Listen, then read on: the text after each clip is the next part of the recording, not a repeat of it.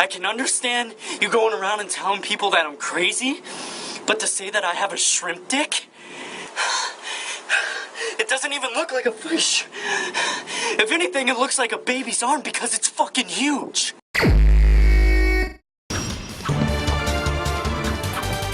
The new and improved DC Superhero Girl started airing recently, and I have some thoughts and opinions about it.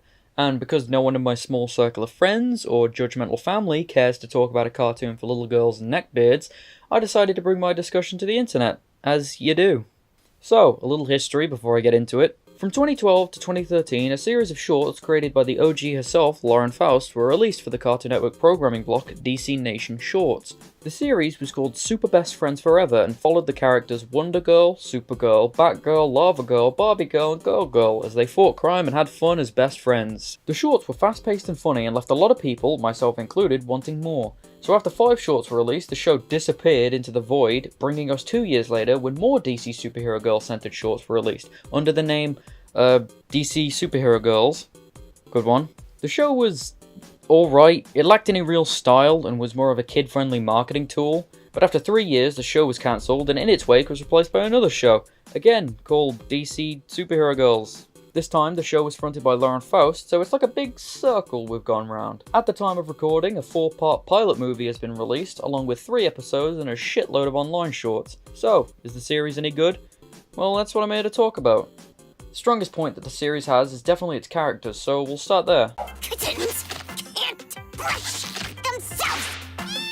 I really like what Lauren Faust has done with Batgirl. Speaking as someone who knows very little about her as a character outside of the really obvious stuff, she's a lot of fun in this show and she stands to showcase something that Lauren Faust is very good at. She's good at taking personality traits and tropes and blowing them up to be at the forefront of a character. Shy characters will be recluses, tough characters will be punks, and in Bab's case, happy characters are fucking ecstatic. As the sort of main character for the show, this personality is great to have. She acts as the sort of glue that holds the team together, with a spunky attitude and golden age superhero mentality. I'm excited to see how she reacts to all the different heroes and villains, and I'm really excited to see the show's interpretation of the Killing Joke and what she'll be like when she gets put in a wheelchair. I will kill you for a burrito! If Babs is the glue that holds the team together, then Diana is almost definitely the spearhead leading the charge. I love how she plays both the knowledgeable, fierce warrior that can lead the team, but also a fish out of water who doesn't understand teenagers. I'm a sucker for foreign characters who aren't used to certain custard. I'm a sucker for foreign characters who aren't used. Fuck me. I'm a sucker for foreign characters who aren't used to certain customs and take I'm a sucker for foreign characters who aren't used to certain customs and take metaphors seriously and all that jazz. And it works really well for Wonder Woman. Even though she's a little useless when it comes to modern customs, her team is able to teach her how to be more like a teenager, while she in turn is able to teach them how to be more heroic. Like when she straight up yeets Babs off a building.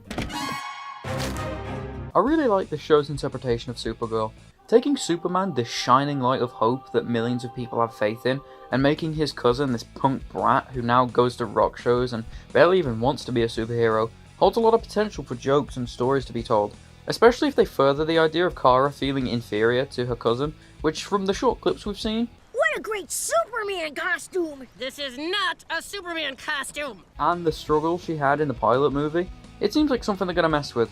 Hopefully they don't just resolve the issue in one episode and never mention it again. Did the bell ring yet? Going into the show, I gotta say, I knew fuck all about Bumblebee. Didn't know her powers, backstory, barely remember her from Teen Titans, and from what I saw of her in the few clips I watched from the old series, her personality didn't seem that much outside of being smart and nice, I guess. But I'm glad to announce, to unveil, that we have a best girl, ladies and gentlemen. I love her design and how her clothes are super baggy and her shoes are huge, emphasizing like how small and quiet her personality is, and I love how she's anxious and shy and yet she still tries to push herself to help others, and she seems like a really nice person that you could, you know, just like be friends with, like someone who'd like listen to your problems and like and push you to follow your dreams, and you know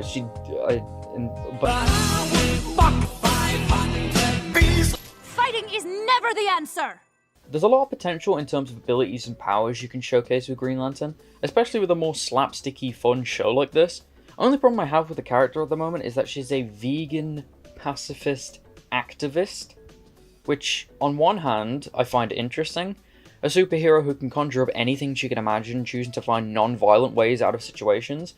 From what we've seen in the episode, #hate triangle, there's a lot of character development and humour to be found in this mindset she has.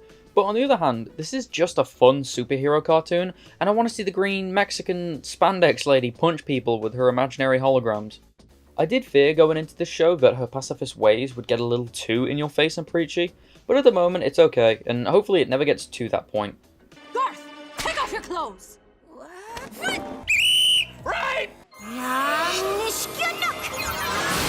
Zatanna is the resident rich bitch of the team, and like Green Lantern, I'm excited to see how the show tackles her powers. Again, due to this being a more light-hearted superhero show, I imagine that her powers are going to be almost limitless, with the only limitations being her own skill set. So we can expect to see a lot of over-the-top spells and magic come from her, which should be fun. I like how she's both a character who cares for her friends and her little job as a magician, but she can also be a total bitch. Accessories! Whoa! I want to see more in terms of over-the-top crazy spells that she could do. Maybe in one episode she accidentally teleports herself to another dimension where all of her friends are villains, or maybe she gets sent to other Earths and she meets other versions of her friends. I don't know, I want them to go wild with it. I'm excited to see what the show will do with all the characters that they have at their disposal, and how they'll all interact and bounce off one another. Also, I'm excited to see other characters that will be used in the show and teenified. You know, Raven will be a moody goth, Katana will be a foreign exchange student, stuff like that. I'm looking forward to how they're all designed in this art style. And speaking of which, comparing the sharp, brightly coloured style of this show to the previous copy-paste look of the original, I greatly prefer this look. But I will admit, I was unsure whether this style would allow for good action that really packed a punch, but after watching Kara perform a crushing blow on Diana, I can safely say my worries went away. Also, character personalities shine through how they're designed in this style. Kara's short hair covering part of her face and her ripped jeans and short jacket get across the idea of her being a rebel punk. Diana wears a fresh shirt and sweater combo with a skirt, making her look pristine and proper, while she bears a golden headband and star earrings mirroring her hidden warrior style. Also, characters' faces are very expressive and over the top, leading to some fucking hilarious expressions. One thing I gotta say that I don't like about the art is in the backgrounds, and more specifically the details in them. I always find myself looking to backgrounds to see if there are any little jokes or Easter eggs that have been snuck in, but this show is quite devoid of things like that, and at worst it's pretty lazy with them. Take for instance Kara's room. At first glance, it seems pretty good in portraying her character with the mess and thrown up posters, but if you actually read the posters, you'll find they're extremely boring. Like, really? Rock event? You couldn't have made like a pun about some obscure Supergirl villain or something?